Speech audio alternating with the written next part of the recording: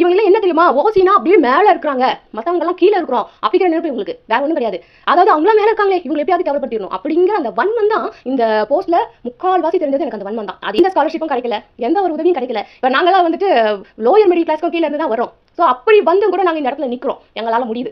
சரியா? ஸோ எங்களை எவ்வளோதான் நீங்கள் வந்து ஸ்காலர்ஷிப் கொடுக்காம எவ்வளோ தான் கேவலப்படுத்தினா கூட அதெல்லாம் வந்துட்டு தாண்டி நாங்கள் வர்றோம், எங்களால் வர முடியும் அப்படிங்கிறது தான் ஓசி பீப்புள்.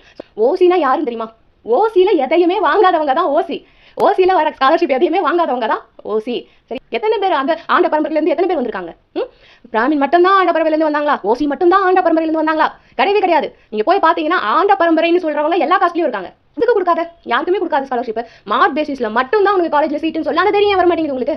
எல்லாருமே சாதி மறுப்பு திருமணம் செஞ்சு தான் ஸ்காலர்ஷிப் வாங்குறீங்களா?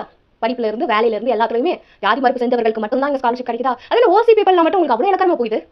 ஜாதி மறுப்பு பண்ணு, ஜாதி மறுப்பு திருமணம் பண்ணு, அதை பண்ணு, இதை பண்ணு. திருமணத்தை பத்தி எங்க பேசலையே.